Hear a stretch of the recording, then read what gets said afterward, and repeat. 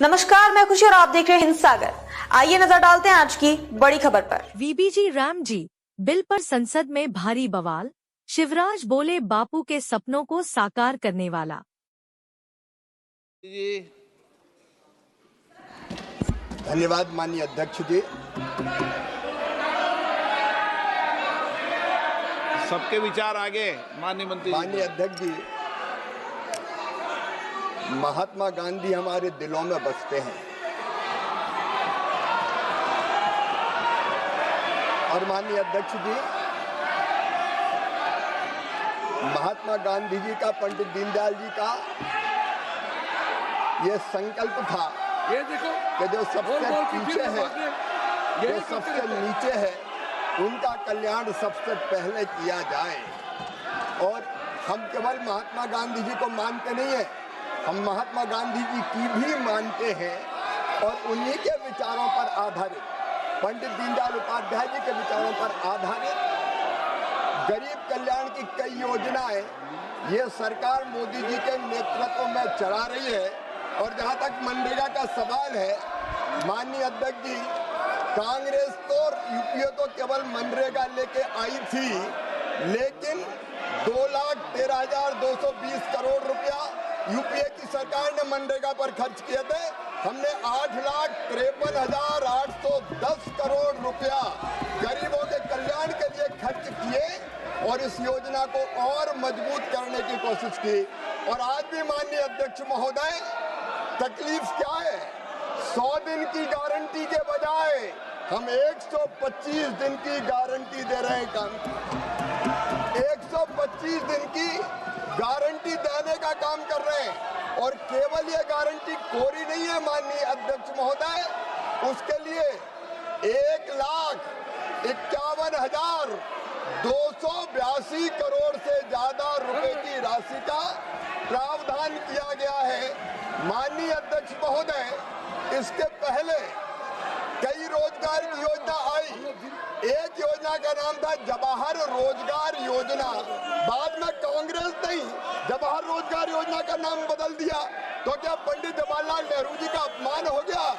माननीय अध्यक्ष महोदय, हमारा संकल्प है गरीब का कल्याण और इसमें उसी संकल्प को पूरा करने का हमने प्रयत्न किया है।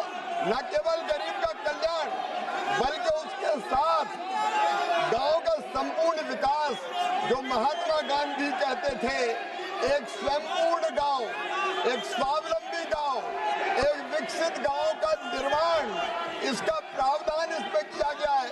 और केवल प्रावधान नहीं, माननीय अध्यक्ष महोदय, हमारी केंद्र सरकार इस पर 95,000 करोड़ से रुपए से ज्यादा की राशि अभी खर्च करने का काम करेगी। और हमने ये भी तय किया है माननीय अध्यक्ष महोदय, ये गरीबों के कल्याण के लिए कई बार बजट का असामान्य वितरण होता है, समान वितरण नहीं होता।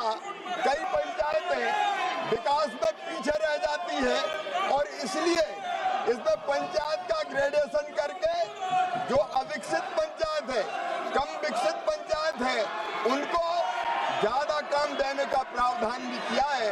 माननीय अध्यक्ष महोदय, मैं ये मानता हूँ कि ये जो नया बिल हम लेके आ रहे हैं, वो नया बिल गांव का संपूर्ण विकास करेगा। लोकसभा में बुधवार का दिन बेहद गहमागहमी भरा रहा। मोदी सरकार ने 20 साल पुराने मनरेगा कानून को बदलकर नया वीबीजी राम जी विकसित भारत गारंटर फॉर रोजगार एंड आजीविका मिशन ग्रामीण विधेयक पेश कर दिया है। केंद्रीय मंत्री शिवराज सिंह चौहान ने जैसे ही सदन में यह बिल रखा, सत्ता पक्ष और विपक्ष के बीच तीखी बहस शुरू हो गई। शिवराज सिंह ने दावा किया कि यह नया कानून महात्मा गांधी के सपनों को सच करने वाला है, लेकिन विपक्ष ने इसे गांधी जी का अपमान बताकर भारी हंगामा किया। इस विधेयक पर चर्चा के लिए सदन में 6 घंटे का समय तय किया गया है।